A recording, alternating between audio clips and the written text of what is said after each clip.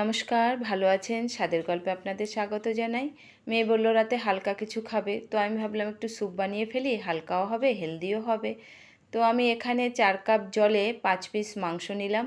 তার মধ্যে ছোট করে কেটে কিছুটা ক্যাপসিকাম, গাজর, বিনস, একটু পেঁপে, 1 চামচ করে আদা বাটা, রসুন বাটা, গোলমরিচের গুঁড়ো, নুন আর 1 চামচ বাটার দিয়ে 10 মিনিটের জন্য লো ফ্লেমে ঢেকে দিলাম। 10 মিনিট পর এখান থেকে সিদ্ধ মাংসগুলো তুলে নেব। কাঁটা চামচের সাহায্যে এভাবে ছাড়িয়ে নেব। ছাড়িয়ে মাংসগুলো স্যুপের মধ্যে দিয়ে দেব।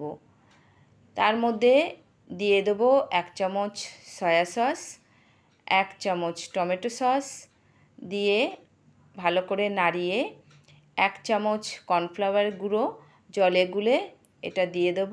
দিয়ে ভালো করে নেড়েচেড়ে এর মধ্যে আমরা এবার দেবো একটা ডিম, কিন্তু কুসুমটা দেব না, সাদা অংশটা দিয়ে দেব। দিয়ে ভালো করে নাড়িয়ে দিতে হবে এইভাবে। আর কিছুটা দিয়ে দেবো ধনেপাতা। বাস হয়ে গেল আমাদের হালকা এবং হেলদি স্যুপ। এটা সবাই খেতে পারে।